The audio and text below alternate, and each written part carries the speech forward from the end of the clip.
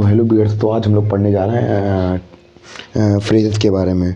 तो फ्रेजेस एक बहुत ज़्यादा इम्पोर्टेंट टॉपिक होता है, जो आगे अगर आप लोग कॉम्पिटिटिव एग्जाम की तैयारी कर रहे हैं तो उसके हिसाब से भी अगर हम लोग इंग्लिश की बेसिक्स नहीं जानते हैं तो हमें बहुत ज़्यादा दिक्कत होती है। अगर हम कॉम्पिटिशन की तैयारी कर रहे हैं या स्कूल लेवल की बात करें तो अगर जो सेंटेंसेस होती हैं, जो इंग्लिश होती है, उसका फंडामेंटल होता है क्या, फ्रेज एंड क्लॉजेज, तो उसी में आता है। तो आप लोग उसके बारे में जाने तो ये बहुत ज़्यादा अच्छा होगा।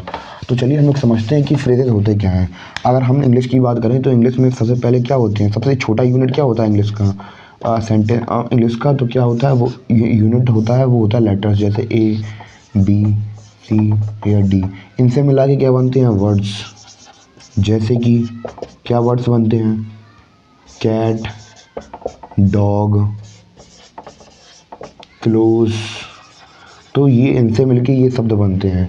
अगर हम लोग और इनसे मिलने के बाद क्या बनते हैं, जैसे कि इन द टेबल,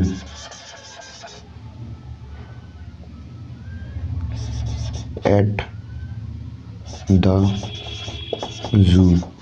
तो अगर हम इन सेंटेंसेस को देखें तो ये एक क्या है, ग्रुप ऑफ वर्ड्स हैं। क्या ये सेंटेंसेस हैं? नहीं है, क्योंकि सेंटेंसेस की अगर हम लोग डेफिनेशन देखें तो सेंटेंसेस की डेफिनेशन ये होती है, अ group of word that make a complete sense. पर ये अगर सेंस नहीं बना रहे तो ये क्या होंगे, ये होंगे हमारे फ्रेजेस।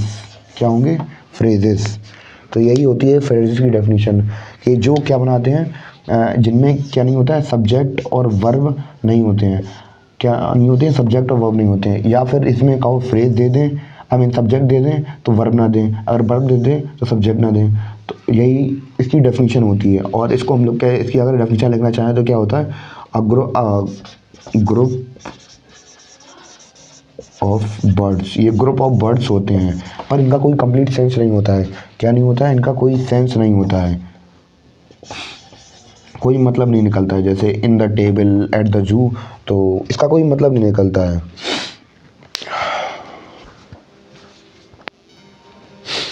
तो हम लोग अगर इसकी डेफिनेशन लिखना चाहें तो हम इसकी डेफिनेशन ऐसे लिख सकते हैं, a group of word without subject verb complement used as a single part of speech. तो इसको हम जो कोई फ्रेजेस होते हैं, तो फ्रेजेस को हम लोग एक सिंगल पार्ट ऑफ स्पीच की तरह यूज़ कर सकते हैं। जैसे कि हम लोग नाउन को, प्रोनाउन को, एडवर्ब को, वर्ब को यूज़ करते हैं, इसी तरह हम लोग किसको, फ्रेज को यूज़ कर सकते हैं अपने सेंटेंस के अंदर। तो आप लोग ये नोट कर लीजिए।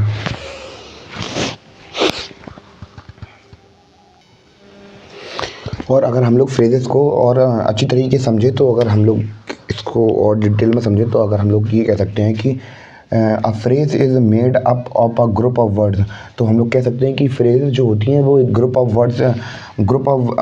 वर्ड्स से मिलके बनी होती हैं। और दूसरा सेंटेंस क्या निकला, a phrase is makes sense but not complete sense.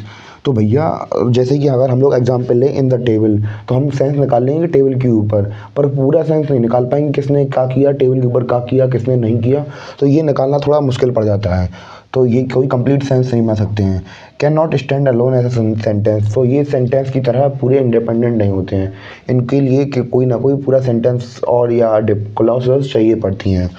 और इसको क्या है, may have a partial subject और वर्ब नॉर बोथ, और it may have neither a subject nor a verb. तो हम लोग कह सकते हैं कि कभी कभी ऐसा होता है इनमें कि इन्हें सब कभी कभी सेंटेंसेस की ज़रूरत पड़ती है। मतलब कभी कभी इनमें सेंटेंसेस होते हैं, आई मीन जो सब्जेक्ट होते हैं वो होते हैं, या वर्ब होती है, कभी कभी वो होती है। कभी सब्जेक्ट दे देंगे तो कभी वर्ब नहीं देंगे, और कभी कभी ऐसा होता है दोनों नहीं देते हैं। तो इसको हम लोग एग्जाम्पल की मदद समझिए। तो हम लोग इसको ऐसे ले सकते हैं,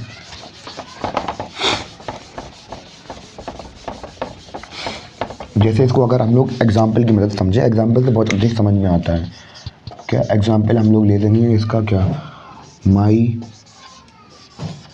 फ्रेंड इज अ गुड।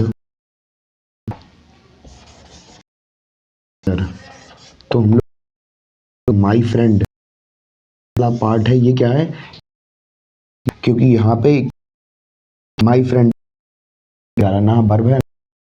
तो ये कि ये मैंने कहा था कि फ्रेज है उसका पार्ट ऑफ सकते हैं। तो ये क्या होता है, नाउन, और ये क्या है, डिटर्मिनर या मॉडिफायर। तो ये क्या है, ये फेज है। और यहाँ और हम लोग ये गुड क्लियर, तो ये भी हमारा। और हम से और समझते हैं इसको, जैसे कि यहाँ पे फिश इन क्या है,